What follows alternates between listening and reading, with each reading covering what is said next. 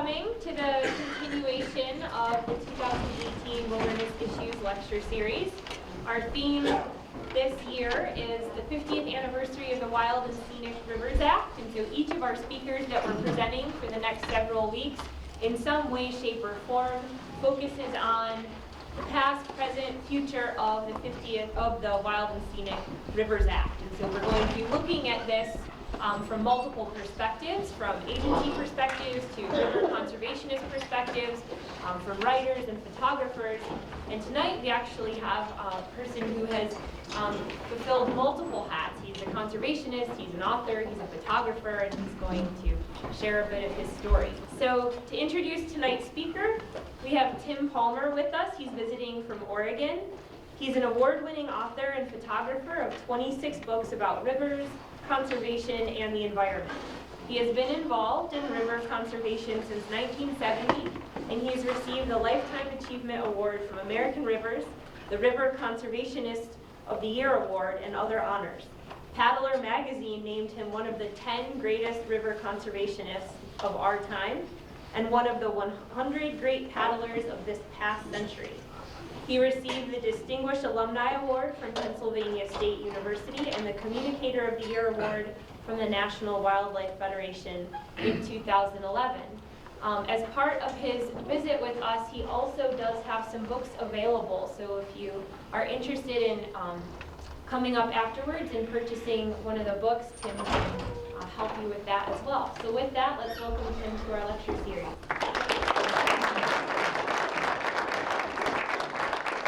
Thank you, Natalie. It's great to be here on the banks of your icy Clark Fork River. Walked across the river to get here, and just watching all that ice coming downstream made me glad to be here and not there on the water tonight. It's great to talk with you. The Wild and Scenic River System was a direct outgrowth of the Wilderness Act of 1964. So these are very much two brother-sister sort of programs here. And in fact, in interviewing former Interior Secretary Stuart Udall, he actually told me explicitly that the Wilderness Act had been passed and that people in the Kennedy administration were looking for, quote, the next thing to follow that as a way of protecting the environment of our country. And in a process I'll describe in the slideshow, Stuart Udall came up with this idea of a wild and scenic river system. So it's directly related to wilderness, the bigger issues that you deal with here, and Montana is a very critical player in this too. The idea actually began here with a dam fight on the Middle Fork of the Flathead River that I'll also show to you in the slideshow. So Montana is a very important player in this whole program as well. So I became involved with the Wild and Scenic Rivers program almost at its inception in about 1974, working as a student actually in Pennsylvania a few years before that. And my interest grew and developed in many ways, and I ended up writing a book about the Wild and Scenic program in 1993. It's called The Wild and Scenic Rivers of America. And I've realized that work needed to be updated, and I wanted to rewrite some of it in certain ways, and I wanted to do a color photo book to really show how spectacular these rivers are. And all of that came together with my new book, The Wild and Scenic Rivers: An American Legacy, that Oregon State University Press published last fall. So let me show you some of the pictures here that I was able to take while I was working on this book, and tell you a little bit about what I learned too while I was doing all this. From mountains and forests and grasslands all over our country, rivers flow as lifelines on which everything else depends. Here we go. To protect the very best of these, citizen conservationists and enlightened agency professionals and congressional members banded together in 1968 to pass the National Wild and Scenic Rivers Act.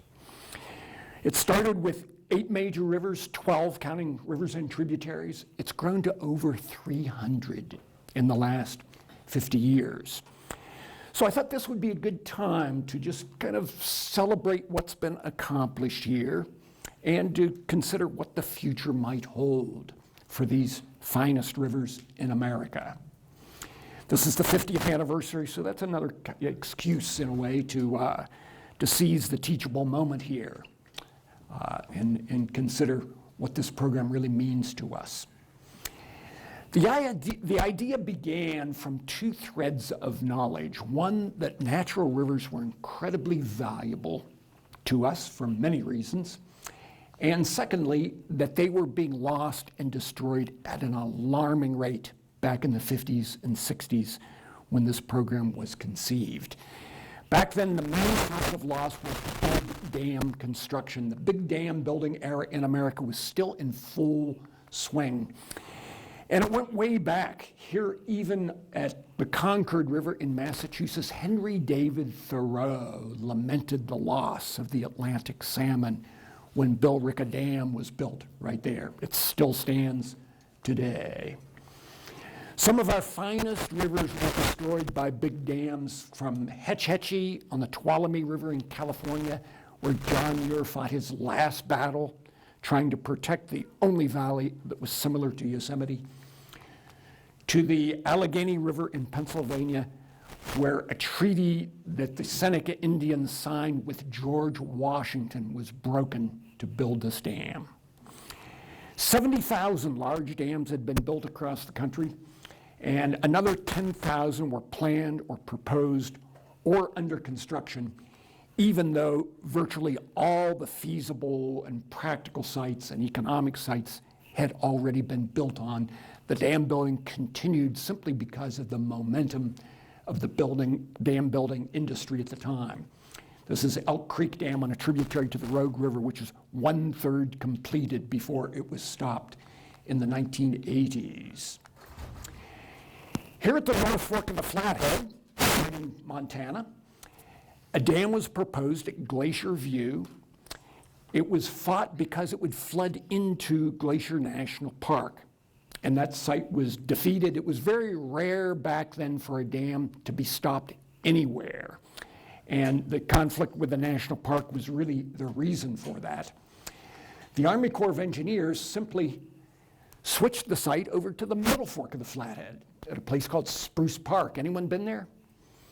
Wild section of the Middle Fork.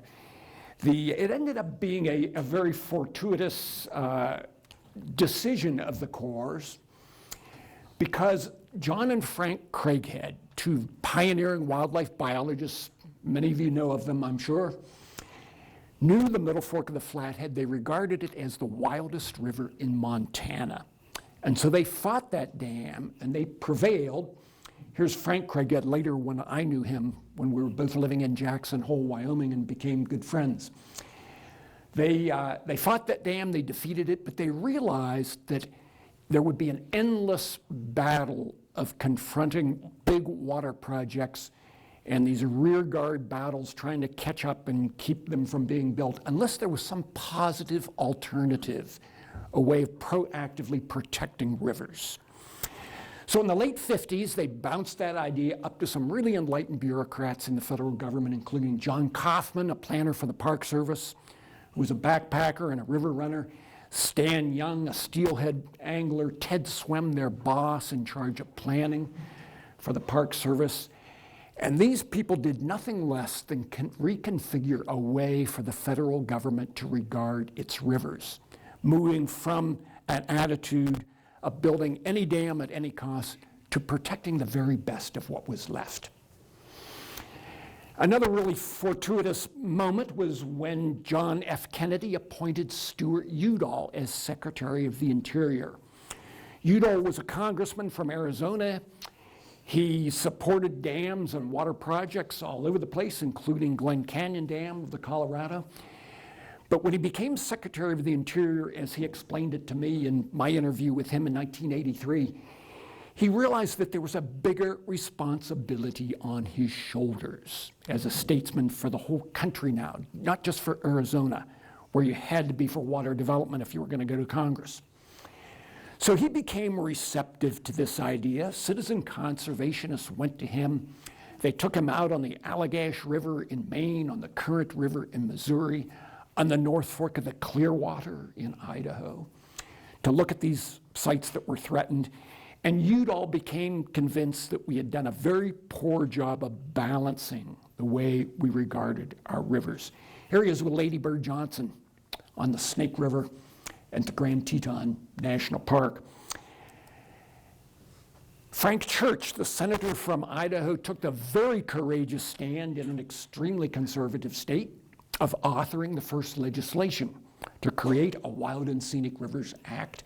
Senator Gaylord Nelson, the one who started Earth Day in 1970, jumped on board and broadened the concept to include the more developed rivers of the East, because he was very fond of the St. Croix River at the border of Wisconsin and Minnesota and wanted that to be included.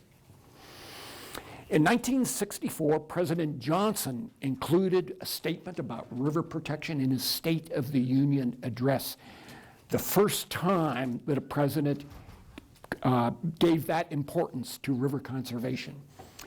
And we shouldn't underestimate the influence that Lady Bird, his wife, had on him in this and all other matters regarding the environment. So in 1968, 4 years later, Congress passed the Wild and Scenic Rivers Act by, get this, a unanimous vote in the Senate and a 265-7 vote in the House, back in the good old days of bipartisanship. So the initial act designated, we call them instant rivers, it designated 8 major rivers, including the Middle Fork of the Feather in California, the Rogue in Oregon, the Middle Fork of the Salmon in Idaho, the Selway in Idaho, along with the Lochsa, its tributary, which go together to make the Middle Fork of the Clearwater, the Rio Grande in New Mexico, the 11 Point in Missouri, and the Namakagon, St. Croix in Wisconsin. It also set up a protocol to add rivers to the program with the very definite message that the system was intended to grow. 27 rivers were named for individual study, immediate study, including Pine Creek in Pennsylvania, shown here. To be designated, a river has to meet only 2 criteria. One is that it be free-flowing. That means no dams, like we have here on the Tuolumne River of California. No dams there. And it has to have 1 or more, quote, outstandingly remarkable values. Those include geology here on the Lewis River in Yellowstone, water quality, the North Fork of the Flathead, fish and wildlife. Check out the Chinook salmon here on the Rogue River. I was next to this guy on my raft as he's a commercial guide, as his dude pulled in this big Chinook, and I pulled out my camera to take the picture, and the guide there was saying, "Did you get the name? Did you get the name?" His business. Wildlife, another outstanding value, including birds and archaeological sites, historical sites, recreation, and scenery. Any one of those values make a river eligible.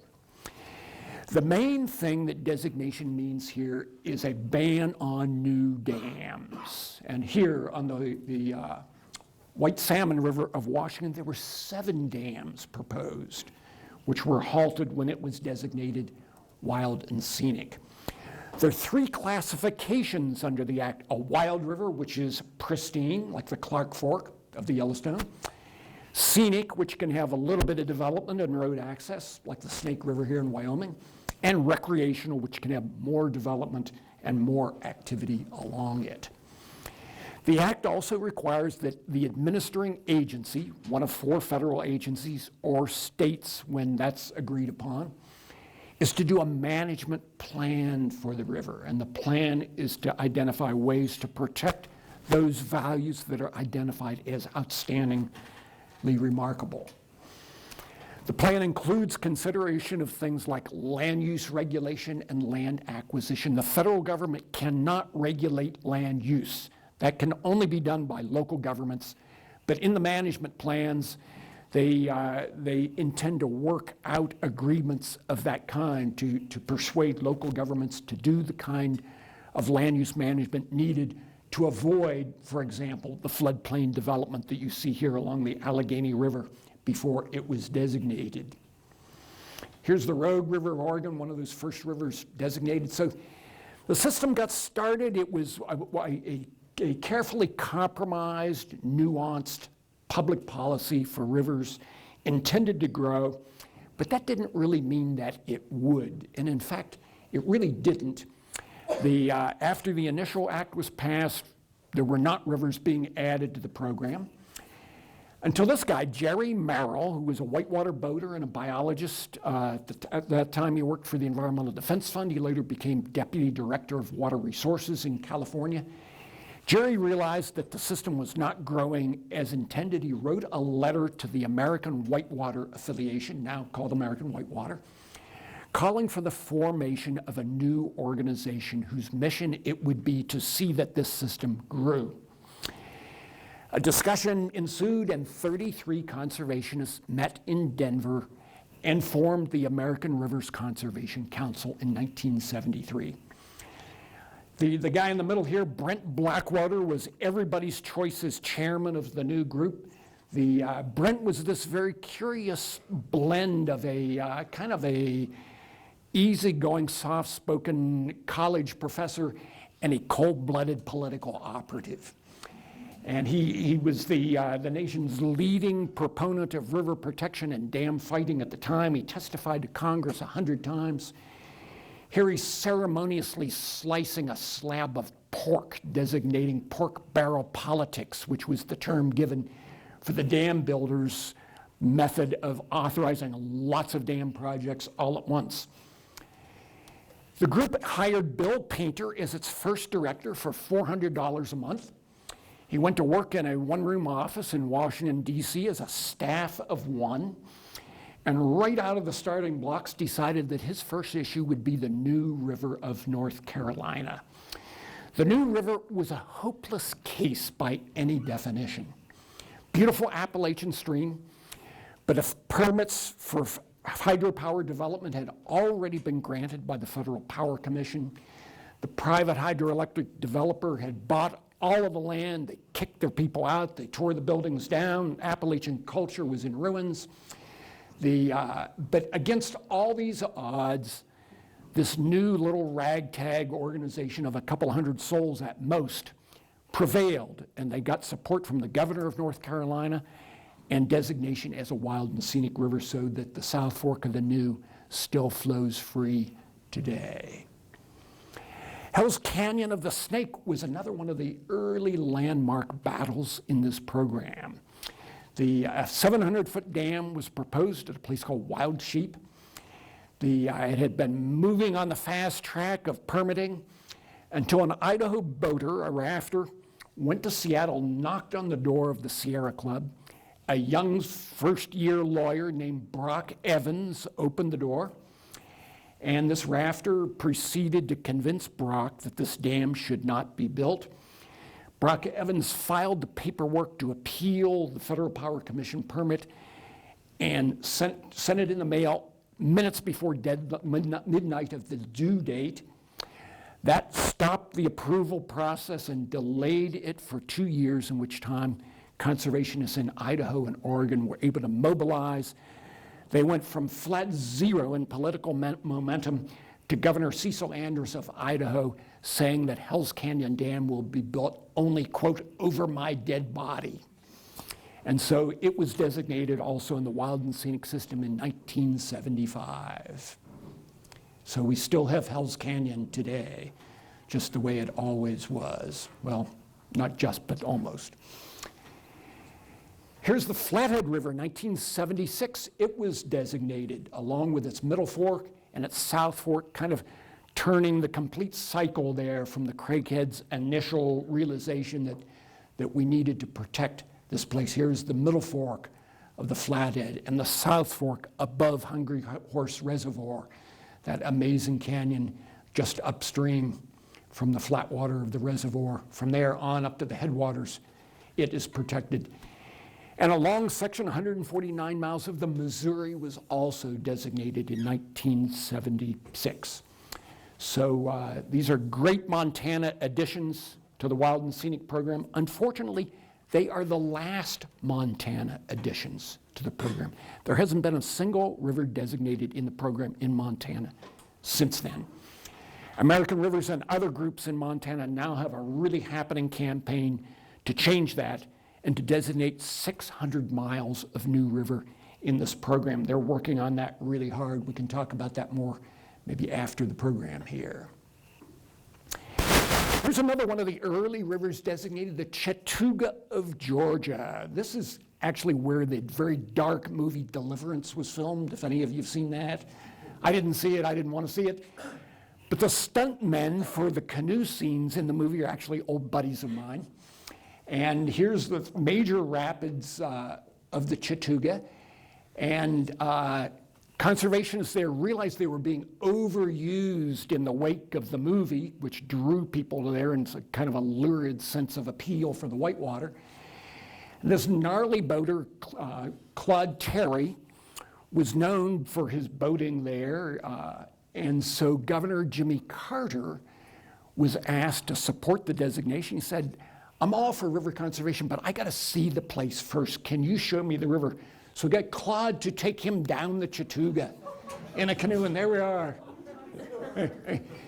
Testament to Claude's prowess as a boater. This is a really gnarly rapid. It's called Bull Sluice. It's a solid Class 4 rapid. There he is single-handedly taking the governor through, and they made it. They came out right side up. And as a result, Jimmy Carter became the greatest champion that Wild and Scenic Rivers have ever had in the presidency. He pulled, I detail this story more in the book, but he ended up pulling the strings that finally got the Chattooga designated. The first really big advance for the program came because of the guy on your right, Representative Philip Burton of San Francisco.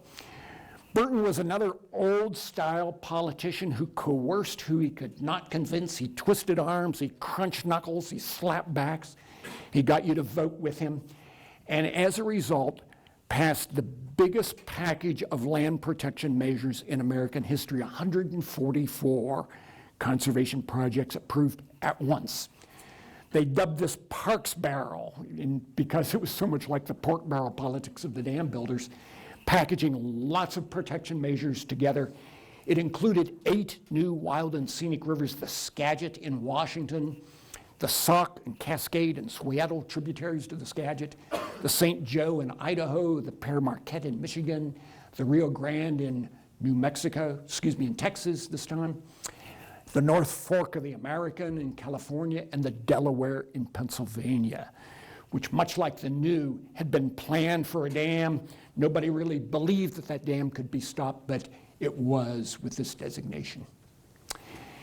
In 1980, the next big step forward for wild rivers happened in Alaska with the Alaska Lands Conservation Act. 34 new rivers added to the program at once, including the Shinjuk here, way up above the Arctic Circle, where it starts in this braided channel at the headwaters in the Brooks Range, the Delta River, cutting through the Alaska Range. In California, the rivers of the North Coast are the greatest concentration of wild rivers in America. And virtually dozens of dam projects had been planned there in a state water plan of the 1950s.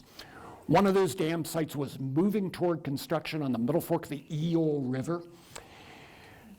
Interest grew in protecting those rivers. The state passed a State Wild and Scenic Rivers Act, but it could easily have been overturned because there are way more voters in Southern California than Northern California. And so Governor Jerry Brown here, his first time around as governor in California, realized that these rivers were vulnerable, and he very cleverly realized that there was an alternate route toward designation.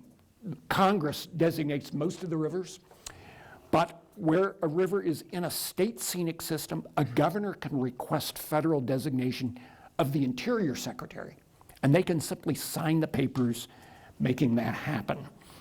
So Governor Brown made the request to then Interior Secretary Cecil Andrus, same guy, to designate the middle fork of the Eel here, where Dos Rios Dam was proposed, to protect the forks of the Smith River, the most pristine river left in California, the Klamath River, and others on the north coast of the state there. They had 6 months to do an environmental impact statement. Nobody thought you could do it in that kind of time. It was 3,000 miles of river. No one had done an EIS of that magnitude in anywhere near that time. But a team of planners went together in an old house in Sacramento near the state capitol, scheduling their work down to the very day. Another team of people in a really fancy office in downtown Sacramento, lobbying agencies, went to work, and all they had to do was delay the action on the EIS. They didn't have to win the battle. They were working for the California water industry and big timber companies. They did not want these rivers to be nationally designated. All they had to do was delay for 6 months because the federal election was coming up and Jimmy Carter was going to term out as president and Ronald Reagan was going to take over. So they just sought to delay the EIS. They filed no less than 5 appeals in federal district courts. The time went down from months to weeks to days until Reagan asked all of Jimmy Carter's cabinet secretaries to turn in their resignation the day before inauguration. They all did it except for Cecil Andrus as Secretary of the Interior. He said, "I'm not on the way out yet." The judge finally approved the EIS the last day. Andrus signed the paper designating 3,000 miles of rivers 19 hours before he left office. So it was one of these amazing victories for wild and scenic rivers here, the Trinity River, part of that program. Then in Oregon, on another tact here, the Forest Service had done its forest planning work, and about midway through that, the group American Rivers started appealing forest plans because they were not considering rivers' eligibility for the Wild and Scenic River System, which the law now required. So the Forest Service proceeded. They identified eligible rivers in Oregon. Conservationists there pulled out 53 of the most likely rivers to protect on national forest lands mostly, and put a package together for Senator Mark Hatfield to champion. Hatfield had spent a whole lifetime supporting the big timber industry in Oregon. He was convinced they also have a legacy of conservation. So he sponsored the bill to designate 53 rivers in Oregon, mostly on national forest land, which passed in 1988, including here the Upper Rogue and the Sandy River and Wychus Creek and Deschutes River tributary. Similar national forest river packages were passed in Michigan and in Arkansas that year. In Delaware and some other rivers in the east, planners for the program ran into a whole different problem, which were private landowners. Most of the rivers in the east are privately owned. And private landowners had roadblocked virtually all the designations out of a fear that their land would be condemned and they would lose ownership of them. It was an unfounded fear, but it was a fear nonetheless. And so a group of federal planners conceived of and refined an approach that's come to be called the partnership rivers. And under this program, local citizens are involved every step of the way, from the very inception of the idea on up through the planning. The plans for the rivers are done not after they're designated, but beforehand, so that there's no chance for misinformation and paranoia to spread rampantly about what's actually going to happen. They do the management plan first, answering those details and addressing those concerns. And so rivers in the east move forward in that way. This was a very significant site. This is the Stanislaus River in California. Any of you know of it and the New Melones Dam battle? There was a dam built here, 600 feet high. a very intense battle waged over protecting that river. It was the most floated whitewater in the West. It was the deepest limestone canyon on the West Coast. It ended up being flooded by New Melones Dam in spite of a years-long battle to try to save the place. And little did we realize during this dam fight and after it, its significance in the bigger picture of dam building in America. This ended up being the last dam fight lost at the epic scale. There have been other smaller ones built, and there have been other battles that have gone on, but this was the last really big dam fight the conservationists lost. This is where we turned the corner in big dam building in America. And ironically, because of that, here's New Melones Dam, which flooded out that previous scene by 600 feet. Because of that, a lot of the incentive to designate rivers in the Wild and Scenic Program faded as well. If there wasn't really a political need to do this, citizen conservationists were reluctant to really engage in the political process. And it allowed what I called in my book, Lifelines, The Case for River Conservation, a second generation of river conservation to rise, which included dealing with toxic waste, feedlot and farm pollution problems, clear-cut logging, which causes erosion and siltation on streams like the Chetco here in Oregon, and floodplain development, which causes tremendous private and public losses. So the river conservation community turned more toward these kinds of issues.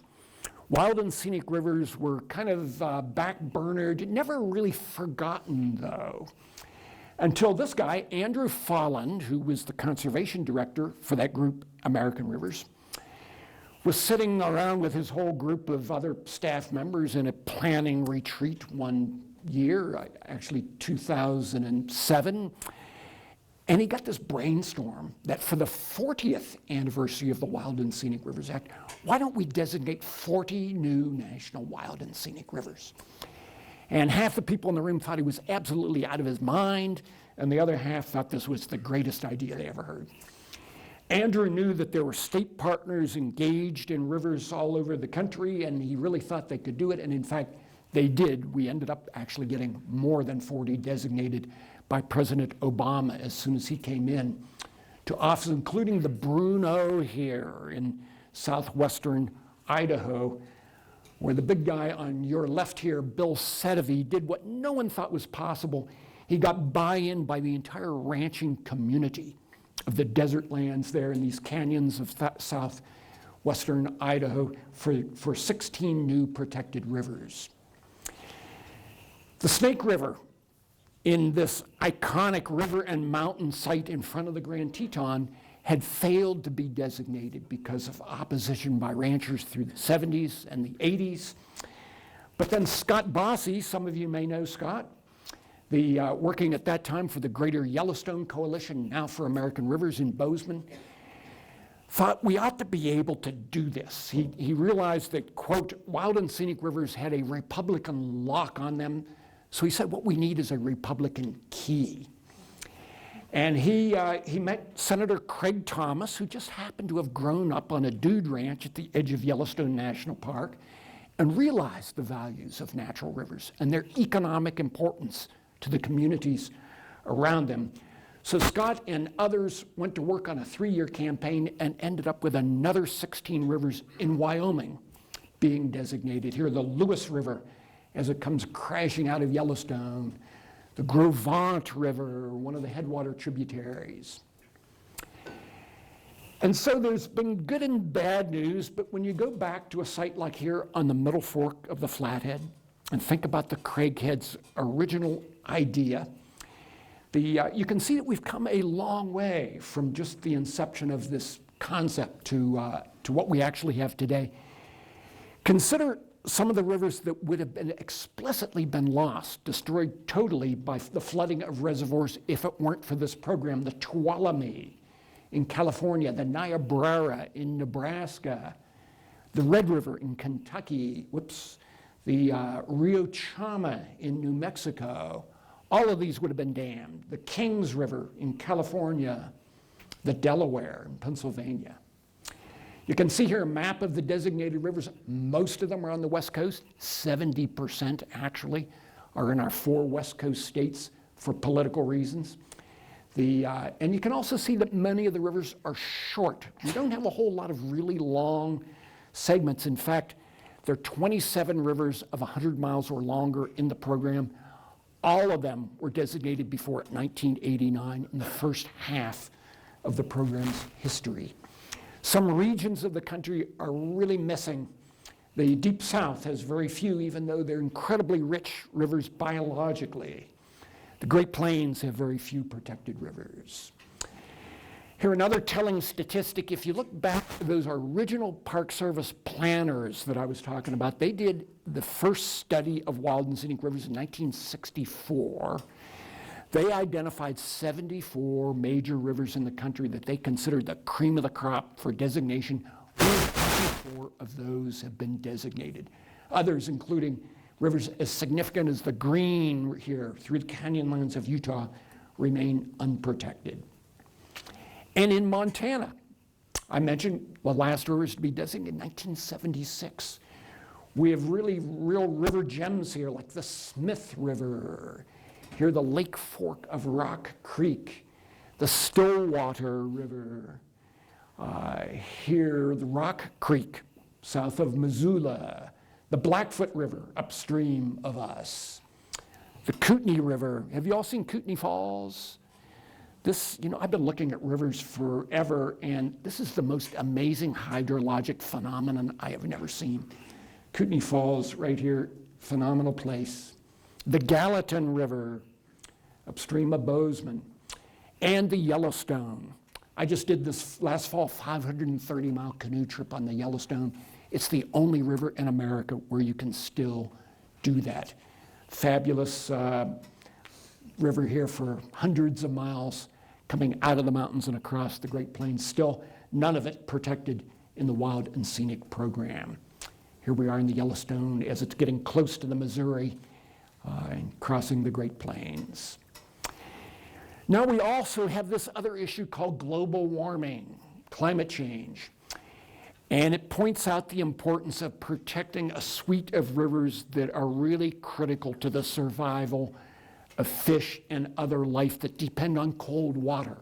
Rivers coming from our areas of greatest snowpack and glaciers are very important in the coming age of the current age of a warming climate. Also rivers that come from deeply forested headwaters, cold tributaries like Yukonom Creek here flowing down to the Klamath River, very important for the cold water they provide to those main stem fisheries like the Klamath. Spring-fed rivers, very important for the cold water that they nourish to big rivers. All of these important to native life, like our native West Slope cutthroat, our bull trout here on the Middle Fork of the Flathead. So a whole suite of rivers are now very important to protect for reasons of climate change. We have all these challenges, and then on top of all that, we now face a new problem, which are interests that want to actually rescind some of the protections that we've enacted at such great effort and expense. First of all, the Merced River here, the river of Yosemite, comes out of the park, flows through these amazing canyons downstream. The Merced Irrigation District wants to raise a dam. To do that, they have to rescind protection of the lower end of the Merced River. So just keeping rivers in the Wild and Scenic program has become a new challenge of its own. And here on the North Fork of the Smith in California, a river that's been protected since 1981, the Wild and Scenic corridor is relatively narrow in the protection that it provides at the headwaters of the Smith, as well as tributaries of the Rogue. There are now big, faceless, multinational corporations that want to build enormous strip mines for nickel extraction there, which would endanger these rivers. The gal on your right here, Barbara Ulian, has championed those rivers and fought off these kind of mining proposals for 2 decades, and 2 years ago succeeded in getting a temporary mining withdrawal for 20 years, so there can't be new mining claims there. But even that now is endangered by by changes that the Trump administration is considering. So even though we've had protected river here for a long time, it still remains threatened. It still requires eternal vigilance if we're going to keep those streams the way they are. The good news here, after 50 years, is that we've gone from 8 to 300 wild and scenic rivers across our country. This remains the premier program for river protection in America, and for that matter, in the world. Whether you're out to explore a totally wild section of stream like we are here on the Chetco River as it cuts through the wilderness of the Siskiyou Mountains in southwestern Oregon, or out for a delightful day of whitewater paddling like on Wilson Creek in North Carolina, or just out for an easy day of floating like on the Allegheny River of Pennsylvania. These rivers are important, and it's so important to the next generation that we take good care of them now. We need these places for the clean water that they provide, for our escape to the natural world, for their importance to our psyches and to our spirits. We need them as biological lifelines for all the fish in the river and other wildlife along the shores, for really all of life as we know it. So think about what rivers mean to you, and think about what they mean to the next generation. And join with others, the people I've talked about here. Join in their courage and passion to protect these great places that they loved. Now it's our turn to do that. Each and every one of us can engage in the fate of a beautiful natural river wherever it is. Thank you so much for joining me tonight.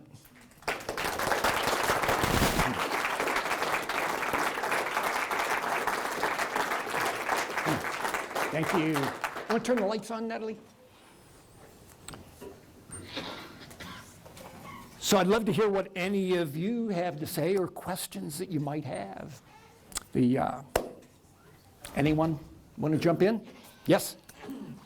In light of the rescission of 85% of the Bears Ears National Monument, what does it take to rescind any of the wild river designation? It would take an act of Congress. It would take an act of Congress. They were congressionally designated, except for those by the Secretary of Interior, which were under the protocols of the Wild and Scenic Act. So it would take an act of Congress. That doesn't mean that couldn't happen.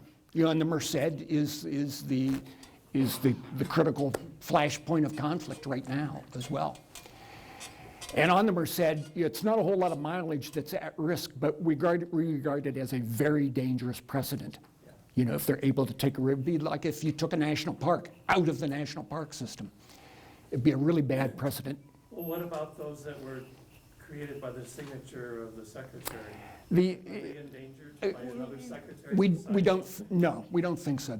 It's pretty clear that that would require an act of Congress to rescind. At least we hope so. You know, wild and scenic rivers have not yet been targeted by the current administration. And but related things have, like the mining withdrawal I mentioned on the North Fork of the Smith.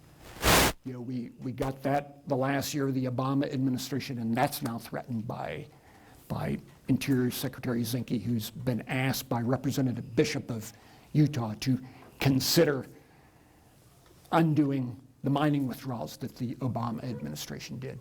So that's kind of the front line of conflict with wild and scenic rivers today. Yes? Kind of an obscure question, but I've always been curious about the 7 people in the House that voted against it. I've never seen any. Just are they all from one place, or was there a mixture? Do you know? Yeah, they were. You know, the only one I remember is Sam Steiger of Arizona, a congressman of Arizona, who got up on the floor of Congress and pounded his fist, saying that if we passed this bill, it would bankrupt the national treasury and be an infringement on private rights of everybody in America. And so he was kind of way out there in opposition. I don't know about the other 5, really. You know where they were from. That's an interesting question, Alan. Yes.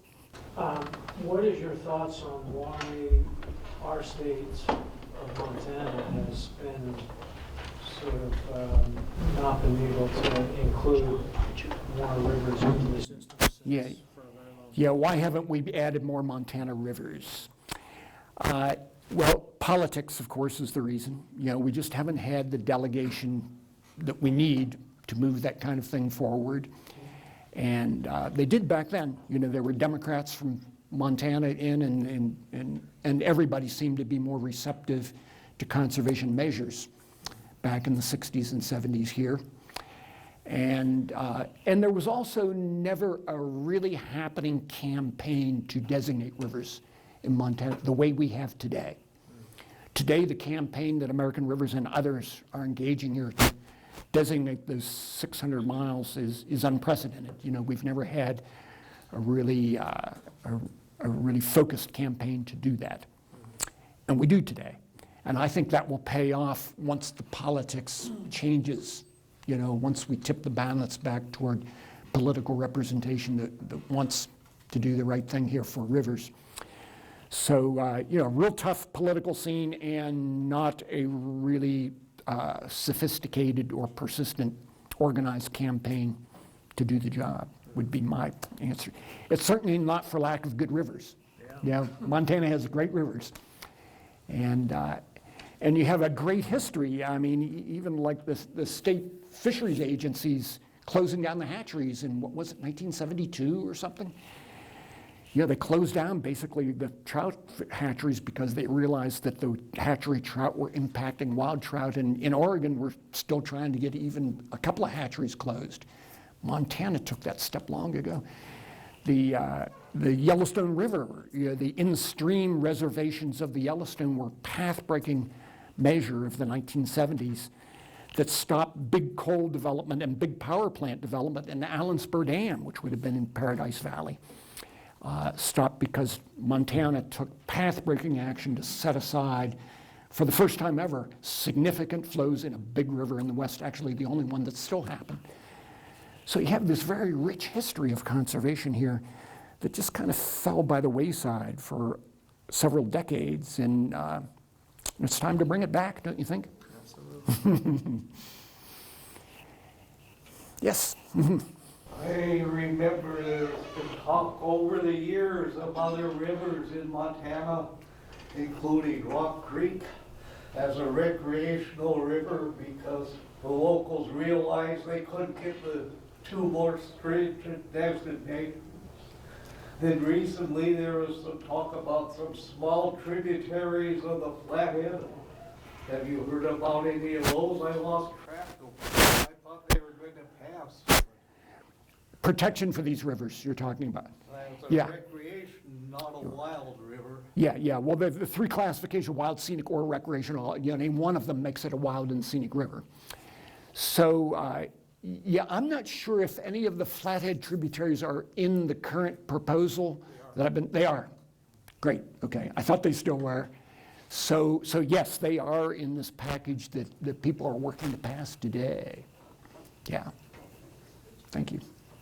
Yes? You mentioned that once a river is designated, that sort of planning crew comes together to develop a management plan for the river. Are those plans sort of, they're described in the act, and is there funding available for those planning processes, and are they binding once they go through? Yeah, that's a good set of questions. The act requires that a plan be done. It doesn't really specify the details of it, except that it is to protect the outstandingly remarkable values.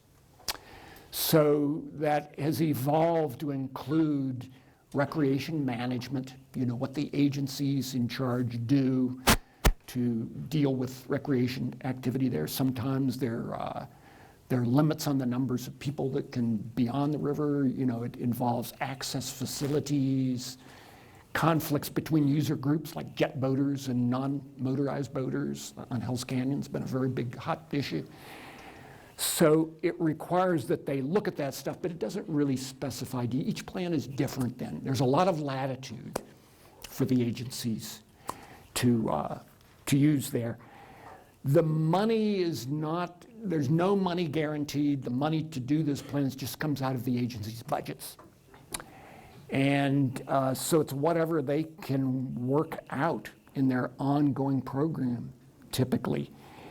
There can be specific legislation to create a study river with money attached to that. But that's just some of the time. You know, there are a lot of rivers that get designated without that. So the money is basically wherever the agencies can come up with it. And what was the other part? But are the management plans binding? Oh, are they binding? They are in that once a record of decision is made by the agency, it is binding on the agency to implement it. But they can't force local governments to regulate land use. You know, that's always just a good sell. You know, you want to work them, bring them along, get them to do it. That's why the partnership rivers in the east have been so significant. And the planners for the Park Service up there have just become real experts at dealing in that respect. And in the Northeast, it's very different from the rest of the country, too. There are actually communities waiting in line to get the Park Service to do a study to get their river designated. Because they're these community, they're a highly educated group of people, and they've been working on their own to protect their rivers, and they want to go the next step to get a federal umbrella of protection for their streams. And they get their politicians on board all ahead of time, you know, and so it's a very different scene there, you know, than the kind of paranoia that we face in much of the rest of the country in rural populations as soon as you say federal involvement or, you know, land use regulation. So there's nothing binding there. It's a matter of being a really good salesperson and convincing people to do the right thing for their river. Yes? How effective is the protection at extending affording protections to areas upstream, like logging impacts or? Yeah. Upstream of the designated reach? Yeah, that's a really good question too. The Act really only explicitly applies to where the river is designated, from a point on the upper end to a point on the lower end. It's rarely the whole river. And the corridor is on average half a mile wide, 1/4 mile back from each shore. Beyond that, the lands are kind of out of the really explicit purview of the Act, but that doesn't mean it doesn't help. And the Clark's Fork of the Yellowstone is a great case in point. Do you remember the Fisher Mine debate of the 80s and 90s? Anyone around for that? Massive mountaintop removal mine proposal for gold right at the edge of Yellowstone on the headwaters of the Clark's Fork. And it was beyond the wild and scenic reach, but because that was Wyoming's only wild and scenic river at the time, that became a real persuasive point in terms of generating support for protection. Ultimately, the federal government bought the miner out there for $64 million.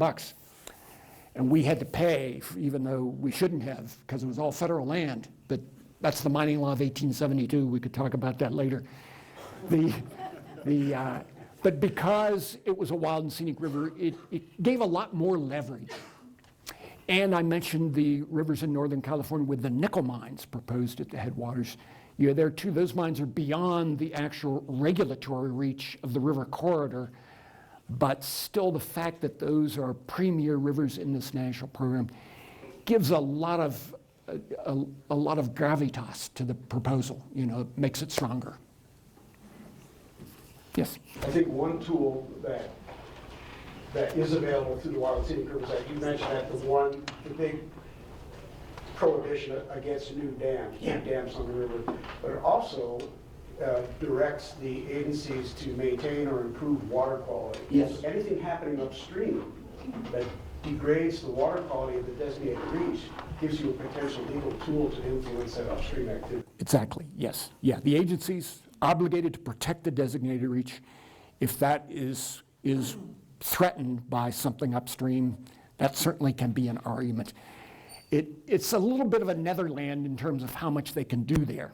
You know, we're finding that out by trial and error, and sometimes it works out and sometimes it doesn't. But that's definitely criteria that can be used and an argument that can be used to prevent pollution upstream, yes. And is that written into the management plan? Have people addressed that? I don't think so. I can't think of management plans that have actually addressed threats from beyond the designated reach, but they do come up later. You know, when there's maybe an EPA permit, an NPDES permit, or you know, other regulations that apply to some development beyond the reach of the program, the wild and scenic designation can come into play at that point. Can the designation between wild, scenic, or recreational change one way or another if development is, say, deconstructed, like the dam was deconstructed? It could. Or It could. It would need a new act of Congress, though. And we've done that. We've upgraded. The Chetco River of Oregon is an example where we're trying to upgrade it now.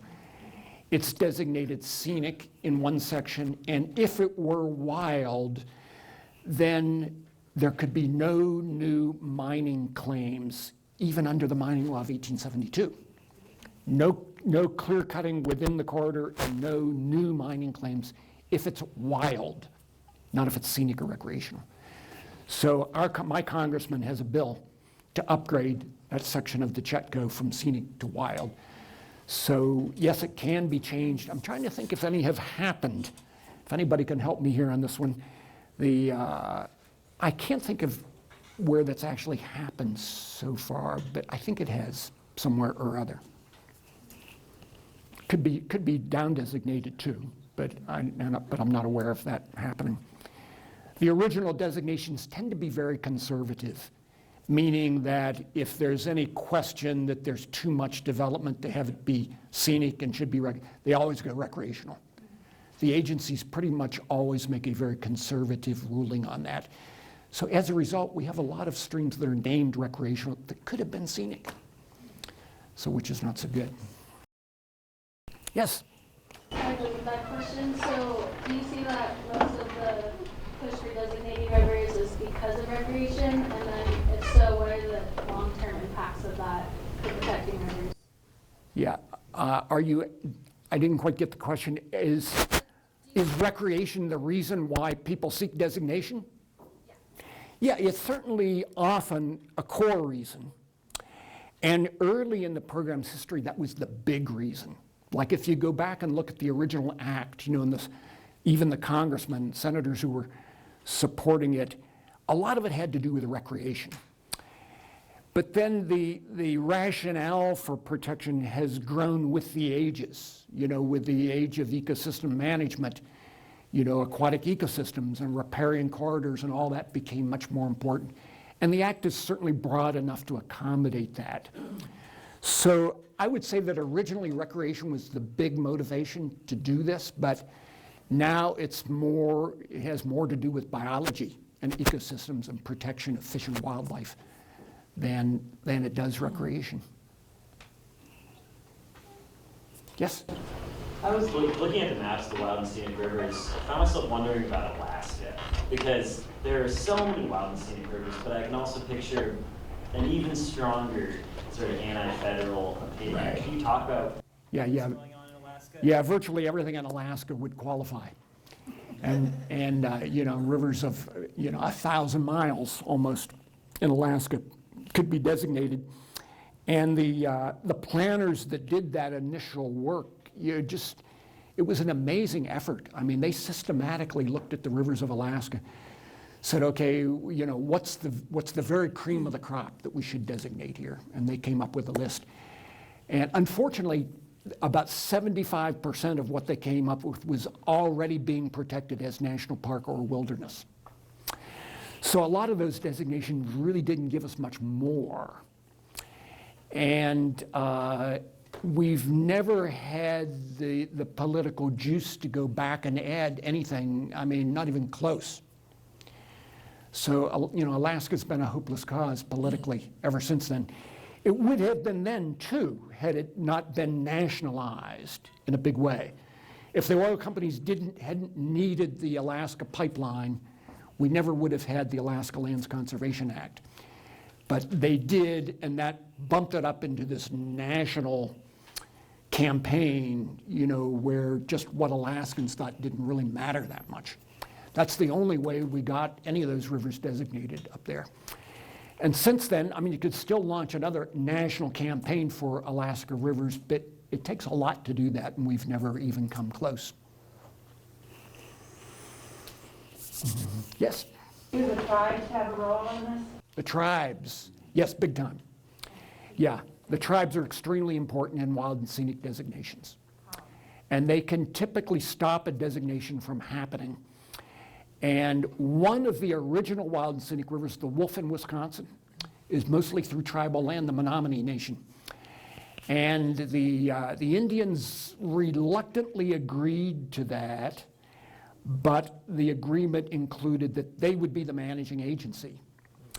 And they proceeded to not really do a management plan or take much action on that until recent years. And recently they have been re-engaged in that and doing a lot more, actually. So there's that case. Others, trying to think of what is really significant in terms of the outcomes on this. Others are not coming to mind, but the tribes are very important and can tip the balance either way on this. And if it's through tribal land, there would not be any chance of designating it without tribal support. Right? These are great questions. It's great having an informed audience. Yes? Surely there must be a lot of private land that was in existence before the designation. What restrictions are placed on them against, either for or against building homes or small businesses and commercializing the lands? Yeah. What's that? Yeah. Is it very Yeah. over the landscape? So again, the federal government cannot do that. The only regulation of land use is by the local communities, counties or townships or cities. And typically what happens there is that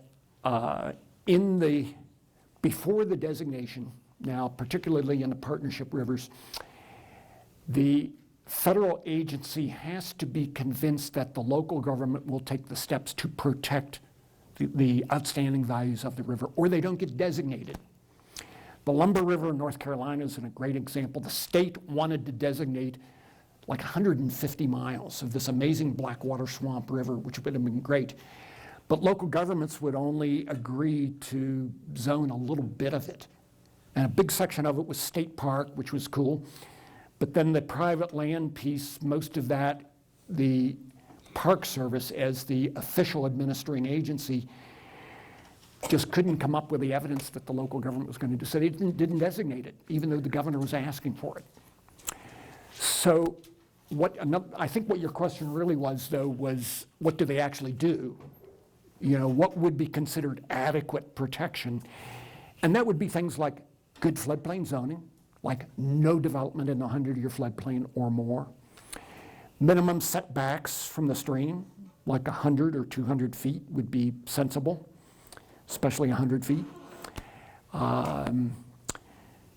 Non-commercial zones, non-industrial zones, that kind of thing. So those would all be considered kind of probably bars to be set for quality of land use regulation, which local governments can and should be doing everywhere. And can local governments change their mind and Absolutely. change their zoning? Yep, Does that happen? and they can back off.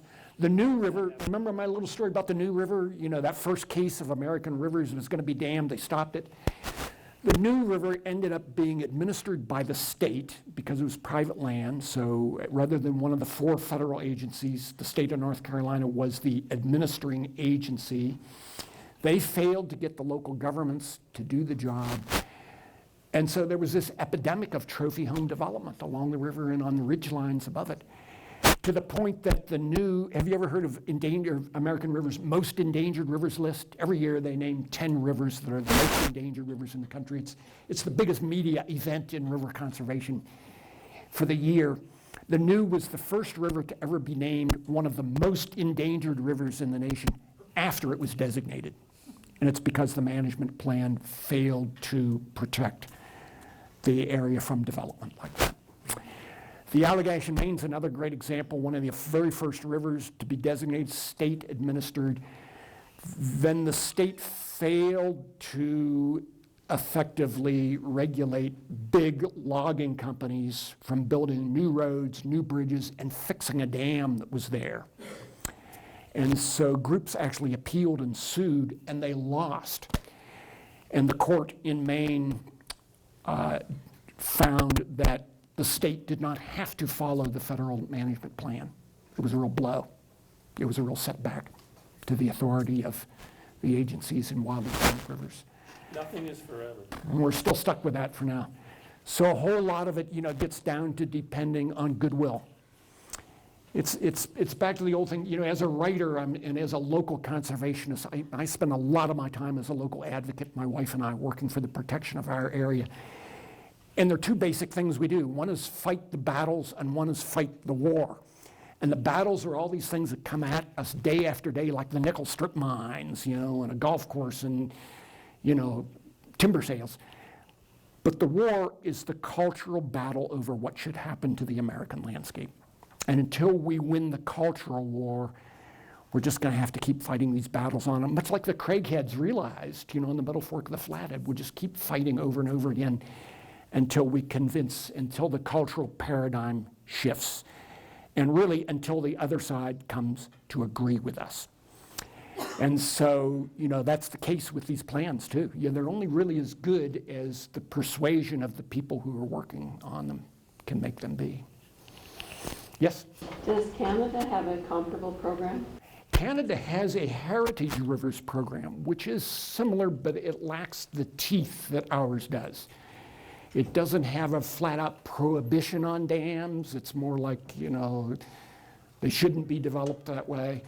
And so it's not as explicitly protective as ours. Yes? On that same note, are you aware of other countries that have sort of adopted our system or have kind of... Have other countries done this? Not a single one yet. Costa Rica has considered it, and I think, did someone tell me Czechoslovakia is? Or what is now, used to be Czechoslovakia. There are a few that are considering it. Germany is now considering a wild and scenic river program. And one of our guys, David Mork, who works for American Rivers, is actually going over there on his own dime to try to talk them into it. But others have not followed suit as of yet. It's very curious, yes. Yeah, it is. Yes? Yeah, isn't there any state you think is a real good template? Any state? Yeah. I'm not sure how to answer that because there are state wild and scenic river programs. There are actually 33 of them. States that had kind of followed suit after the Wild Rivers program, a few of them came before, with their own program. Unfortunately, almost all of those have fallen into disrepair. They were dependent on a dedicated bureaucrat or enlightened politician, and they've now gone away, and the original people working on it have all retired. They've not been replaced by attrition. The staffing's gone down to zero. State legislatures have had this right-wing response where they're not funding environmental programs. So the state wild and scenic river laws have been a big disappointment. Then there are state-administered national rivers, and they really aren't, they haven't done a good job. They haven't done a good job. Park Service planners rated their own management of the rivers after designation, and the agency-managed rivers got a C, the partnership rivers got a B, and the state-administered rivers got an F. So the state governments just have not carried the ball. Ironically, the best state standing is Oklahoma, go figure. Land of Scott Pruitt. And the only reason is a guy named Ed Feit. Ed Feit has been the administrator of that program for 34 years, and he's still there. And the guy is so good. He's just a total political operative on our side, and he's figured out how to deal in an environment as politically regressive as Oklahoma. And so he's had a healthy program. But as soon as he retires, it's going to be gone, is the tragic thing about it. Yes?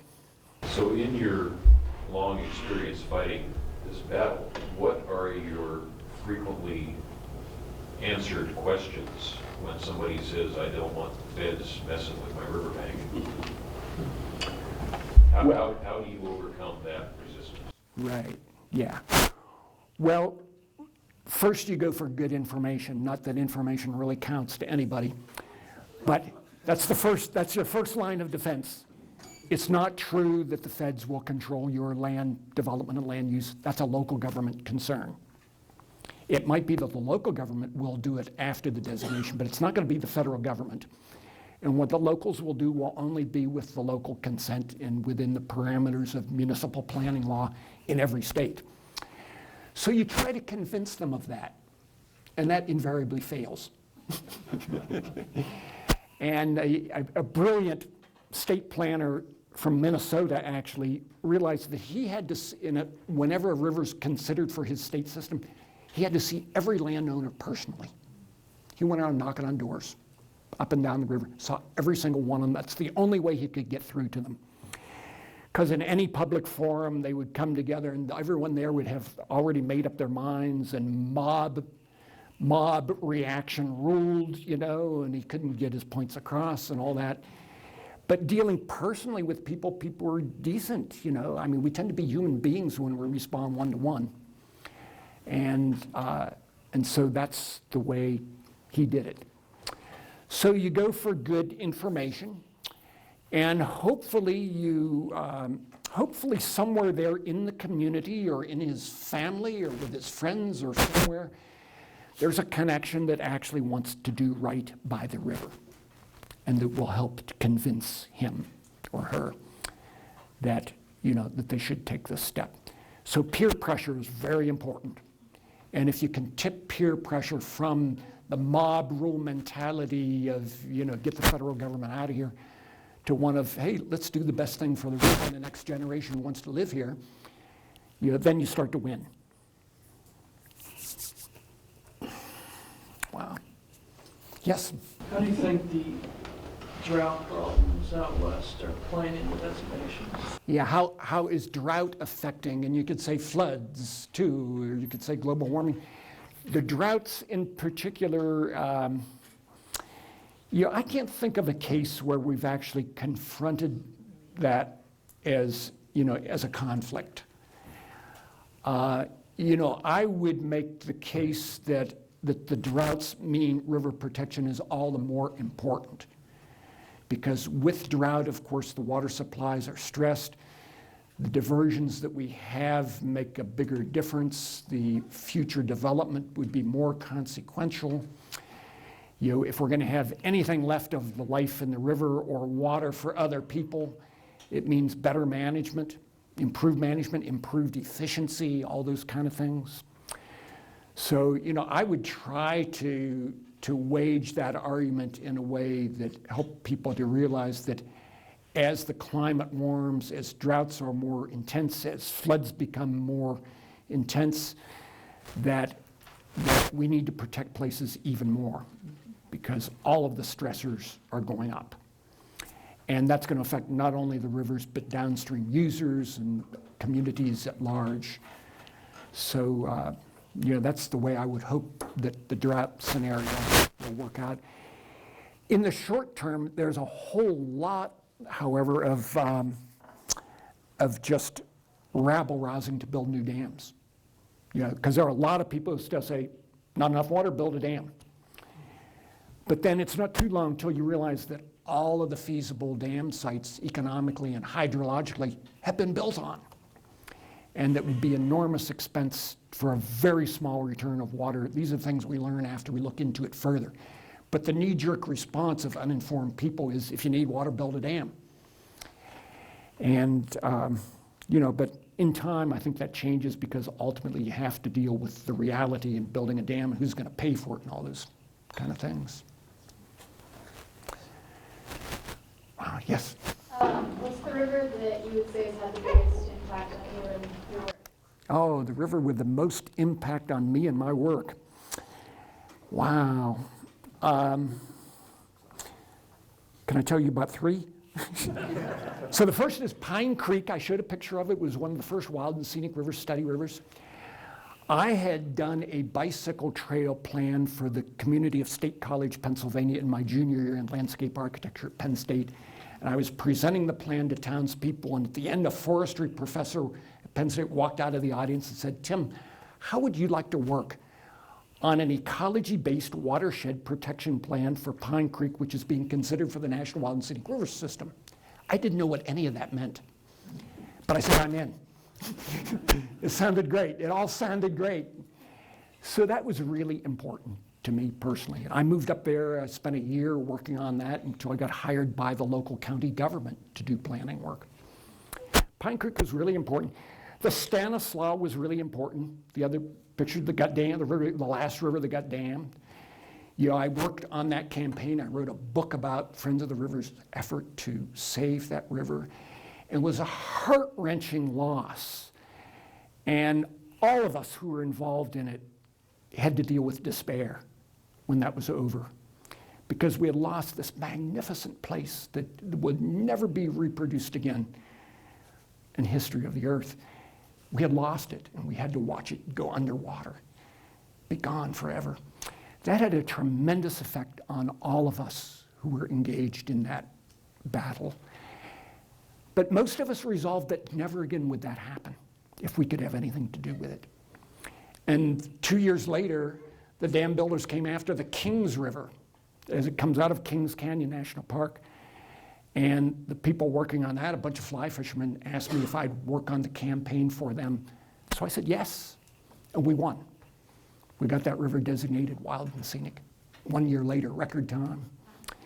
So that was Stanislaus, Kings, Pine Creek were all really important to me personally. Yes?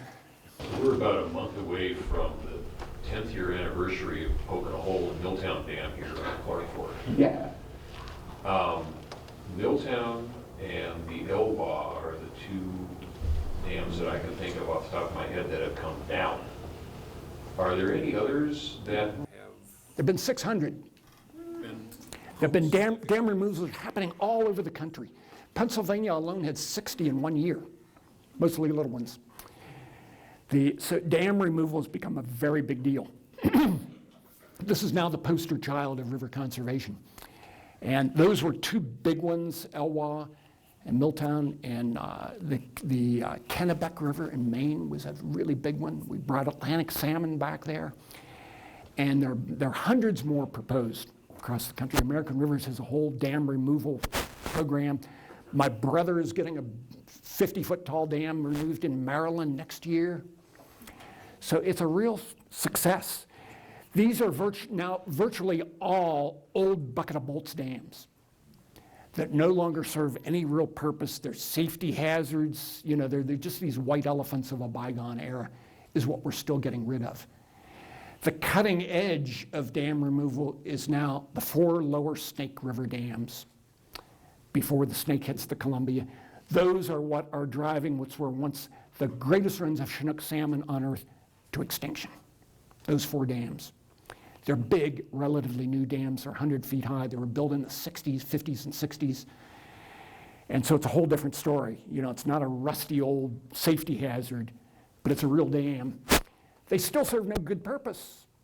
You know, 4% of the Northwest power comes from them. Meanwhile, we're adding power to the tune of 11% per year by efficiency improvements with no end in sight. The hydropower is insignificant. They don't serve irrigation. You can just run pipes further down to the river and get all the irrigation water that they need. Navigation is why they were built, to make Lewiston, Idaho, a seaport 900 miles from the ocean. Give me a break. It's a totally subsidized system that costs the taxpayer bazillions. They ought to come out, but we're up against that wall of, oh, it's a big dam, it's new, you know, we can't get rid of that one. That's kind of the cutting edge of dam removal today. That and the Klamath. The Klamath River is, I could talk too long about all this. We're probably going to have to break, aren't we? The Klamath is the longest section of undammed river on the West Coast. It's the third largest river. It was once one of the greatest salmon and steelhead streams. There are 4 dams that serve no good purpose. Even the dam owner, a hydropower company, now wants to get rid of them. There's agreement that these 4 should go, and there's actually now enough money to do it. So the Klamath will become, in a couple of years, the greatest river restoration project in history, because we're going to get rid of those 4 dams. They're sizable. They're big dams. So that will set a new standard for river restoration here. Yes? We shouldn't forget that there are 80,000 dams in the United States. That's right. One for every day since the signing of the Declaration of Independence. I never quite figured that out. Yeah, that's, so we better be getting rid of 600 of them, right? If there are 80,000 out there, that's right. Yes? So I'm just curious about the relationship between the Great Northern Railway and the Middle Fork of the Flathead, because it meanders the whole way. Is there anything that the Wild and Scenic River Act is doing to prevent that if something were to happen with the railway? You know, I haven't followed that. The railroad would certainly have effects on the river there. And I don't, can anyone else here help me on this? I'd love to talk to the river manager up there for Flathead National Forest to see just what kind of issues they have dealt with. I'm sure they've tried to deal with the railroad in certain ways to minimize the impact of what they do there. They would never consider taking the railroad out or anything like that. But just in terms of best management practices and cut and fill and what they're going to dump into the river versus haul away and all those kind of things, you'd think that they would be dealing with all that, and I'll bet they are. But I don't really know. I can answer that a little. Yeah, please. So the Wild Scenic River Act requires the agency to do a Section 7 analysis when you're doing any work within the river corridor. So the agency has to look at the effects on water quality and the RVs. So, and we're gonna have a presentation on that March 13th. Come back. With the Flathead River Manager will be here as well. Yeah. Which is you, right? No, actually, Coulter Pence is serving. Okay. All right. I think we're there, aren't we? You've been great. This has been a real pleasure. I'm so psyched to be here. Yeah. Thank you so much. I'd love to sell you a book. They're $45 retail, $40 tonight. Take a look, browse the book, even if you don't want to buy it. I'd love to show it to you. It's a real pleasure and an honor to have you spend your time with me tonight. Thank you so much. Thank you.